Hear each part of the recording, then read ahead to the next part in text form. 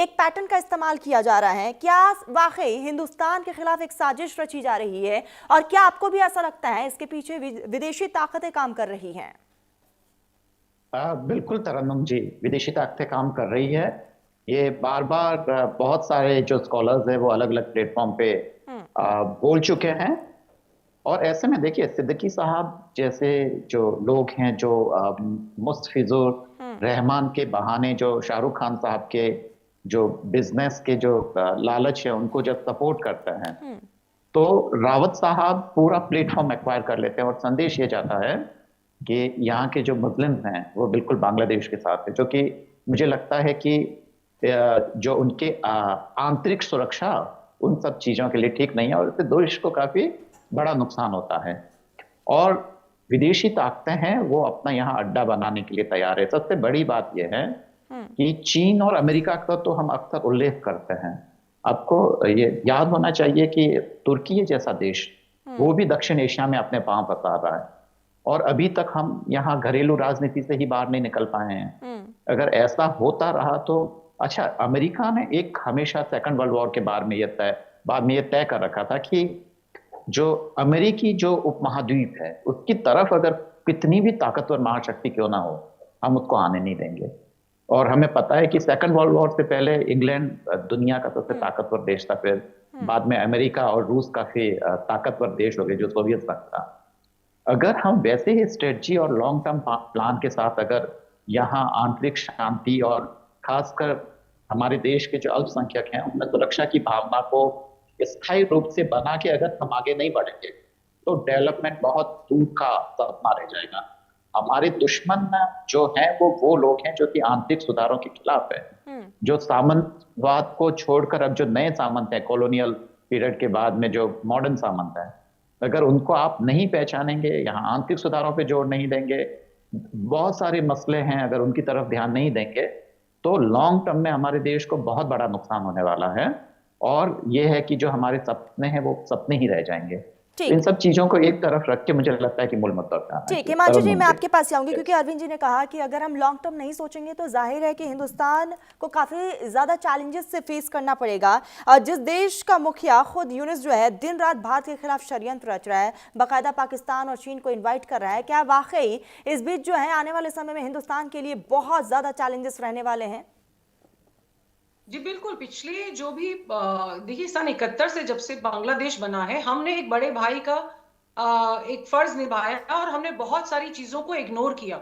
जब 1971 के वॉर में हम्म। वहां पर जमात के लोग ऑलरेडी मौजूद थे, जिनको रजाकार भी हम कहते हैं, उन्होंने इनका साथ दिया था। हम्म। तब से वहां पर आइडियोलॉजिकली लोगों की ब्रेन वॉश शुरू हो गई थी, और उस ब्रेन वॉश को हमने अपनी तरफ से, ऐसे जैसे हम निष्पक्ष हमेशा रहते हैं और संप्रभुता का हम सम्मान करते हैं, हमने कभी भी उसमें इंटरफेयर नहीं किया और वो हमारे अगेंस्ट गया है। क्योंकि पाकिस्तान ने अपनी पैठ वहां पर निरंतर बनाए रखी और इसीलिए पैराशूट से वहां पर यूनुस को लॉन्च किया गया। देखिए, यूनुस का कोई पॉलिटिकल बैकग्राउंड नहीं है। अगर आप देखें तो वो इकोनॉमिस्ट थे और ग्रामीण बैंक की वजह से उनको ये शांति पुरस्कार नोबेल का जो है वो दिया गया था।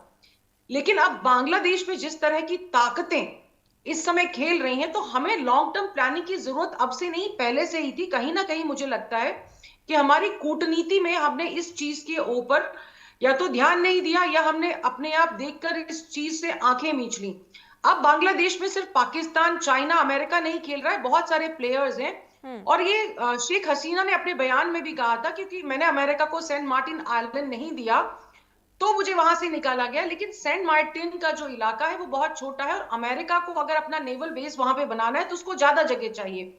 और क्योंकि उसको ज्यादा जगह चाहिए तो उसने यूसुफ के साथ मिलकर एक प्लान बनाया कि जो रखाइन स्टेट है, जो म्यांमार का इलाका है, वहां पर उनको जाने दिया जाए। तो इसीलिए जो वकारुज्जमान है, जो वहां के आर्मी चीफ है, उन्होंने यूनुस को बहुत क्लियर शब्दों में बता दिया था कि this is a compromise on national security. क्योंकि अगर आप अमेरिका का जो इंडो पैसिफिक कमांड है वो यहाँ पर इस इलाके पर नजर रखता है, उसकी कार्रवाई होती है। पाकिस्तान जो है उसके सेंटकॉम के अंतर्गत आता है। तो अमेरिका का इंडो पैसिफिक में बहुत ज्यादा इंटरेस्ट है।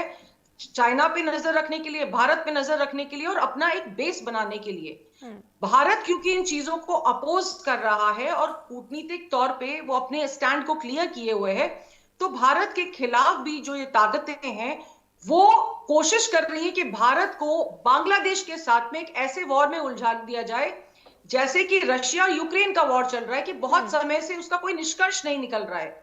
और यही एक रीजन है कि ऑपरेशन सिंदूर में भारत 4 दिन के बाद में शांत हो गया था, जब उसको स्ट्रैटेजिक बढ़त मिल गई थी। तो भारत यहां पर लॉन्ग टर्म गेम तो खेल रहा है, लेकिन क्योंकि कूटनीति की हर चीज हमारे सामने नहीं होती है, बहुत सारे स्ट्रैटेजिक और मिलिट्री जो डिसीजंस हैं वो फाइलों में बंद रहते हैं और जनता को जब फाइलें डिक्लासिफाई होती है तभी बताए जाते हैं। तो शायद हमको लग रहा है कि सरकार कुछ कर नहीं रही है, लेकिन ऐसा नहीं है। देखिए, एस जयशंकर जो हमारे विदेश मंत्री हैं, वो इस समय बांग्लादेश जा भी रहे हैं खालिदा जिया के अंतिम संस्कार के लिए। बिल्कुल। तो मुझे लगता है कि भारत की सरकार अपनी तरफ से कोशिश कर रही है कि आगे जो तारिक रहमान अगर सत्ता में आते हैं, जो कि बहुत संभावना है, क्योंकि बांग्लादेश में इस समय एक चेहरा है जिसको जनता पहचानती है, भले ही वो 17 साल से लंदन में बैठे हुए थे, लेकिन इसके अलावा कोई कद्दावर नेता इस समय बांग्लादेश में नहीं है। इंकलाब मंच हो गया या एनसीपी हो गया या जमात इस्लामी हो गया, ये बड़ी छोटी छोटी सी पार्टीज हैं और ये सड़कों को कंट्रोल करती है, नो डाउट, जनभावनाओं को कंट्रोल करती है, नो डाउट, लेकिन एक जो चेहरा चाहिए विश्व को दिखाने के लिए वो इस समय तारिक रहमान के पास है।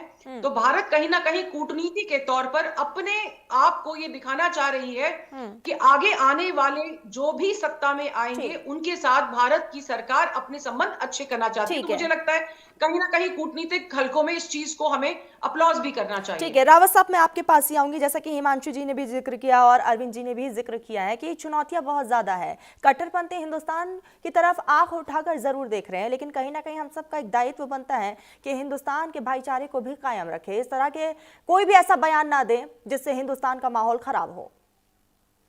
देखिए तरुण जी, एक चीज बताना चाहता हूं मैं, अरविंद जी की जो सोच है वो अलग है, हिमांशु जी की सोच अलग है, दोनों अपने अपने तरीके से सोचते हैं। हम एक धर्म गुरु हैं उस तरीके से सोचते हैं, हमें ये पता है कि गजवाए हिंद उसके तहत एक पाकिस्तान से एजेंडा चलाया जा रहा है, इस्लामिक एजेंडा है जो ये चाहते हैं। उनको ये पता है, पाकिस्तान की आईएसआई को ये पता है कि हिंदुस्तान में हम मुसलमानों को गुमराह नहीं कर सकते जब तक मोदी सरकार है।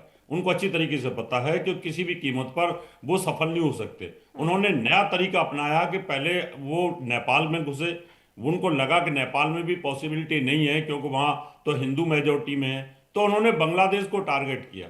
उसमें सपोर्ट चाइना ने भी किया है कि वहाँ पर उन्होंने जिहाद, इस्लामिक जिहाद, हिंदुस्तान के खिलाफ, हिंदुओं के खिलाफ, काफिरों के खिलाफ, यानी धर्म का एक ऐसा अफीम का नशा होता है कि आप किसी को भी चटा दीजिए वो कहीं ना कहीं चाटने को तैयार हो जाता है। यही धर्म जब है दिल से निकलकर दिमाग पर चढ़ता है तो जहर ही फैलाता है रावत साहब। हाँ। इस्लामिक जिहाद का जो नशा है ना, वो ऐसा आईएसआई ने इनके दिमाग में भर, सिर्फ एक धर्म के लिए नहीं, मैं सभी धर्म के लिए कह रही हूँ, अगर वो दिल से निकलकर दिमाग पर बैठ जाए तो वो जहर ही फैलाएगा।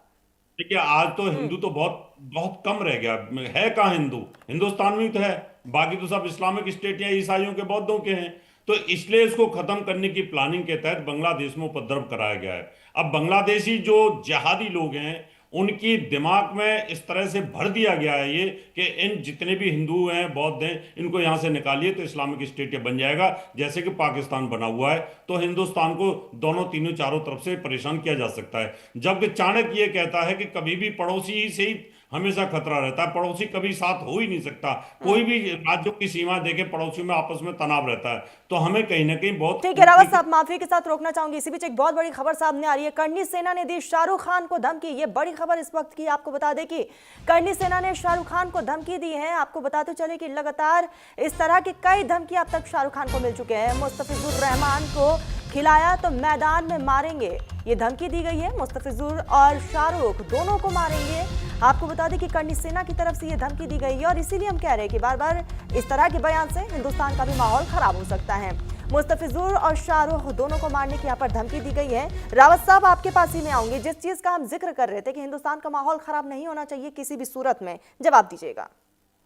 देखिए माहौल खराब नहीं होना चाहिए, लेकिन अगर जानबूझकर के अगर कोई इस्लामिक जिहादी आदमी अगर कोई फिल्मी एक्टर अगर इस प्रकार की बातें करेगा तो कौन बर्दाश्त करेगा। अगर पाकिस्तान में वहां पर बाढ़ आती है तो वहां पर तो फंड दे दिया जाता है अपने एनजीओ के माध्यम से। हिंदुस्तान में कोई तकलीफ होती है, कोई दिक्कतें आती है तो इसको सांप सूंघ जाता है। तो इसका मतलब जिहादी मानसिकता तो फिल्म इंडस्ट्री के अंदर भी घुस हुई है। वो भी तो देवी देवताओं की मजाक उड़ाते हैं कहीं ना कहीं, हिंदू देवी देवताओं को उनको बड़ा आसानी होती है, क्योंकि उन्होंने भी एक एजेंडा सेट किया हुआ है जिहाद का। और आज से नहीं, जब से फिल्म इंडस्ट्री बनी है तब से लेकर आज तक उन्होंने हमेशा हिंदुओं को ही डाउन किया है और हमेशा कहीं ना कहीं दूसरे धर्म के लोगों को अपर बताने की कोशिश की है। तो उसमें शाहरुख खान इन्वॉल्व है, तो इसलिए निश्चित तौर पे हम विरोध करेंगे और खुल के विरोध करेंगे, उसको आने भी नहीं देंगे। अगर आता है तो निश्चित तौर पर हम शाहरुख खान के खिलाफ भी एक्शन लेने की कोशिश करेंगे।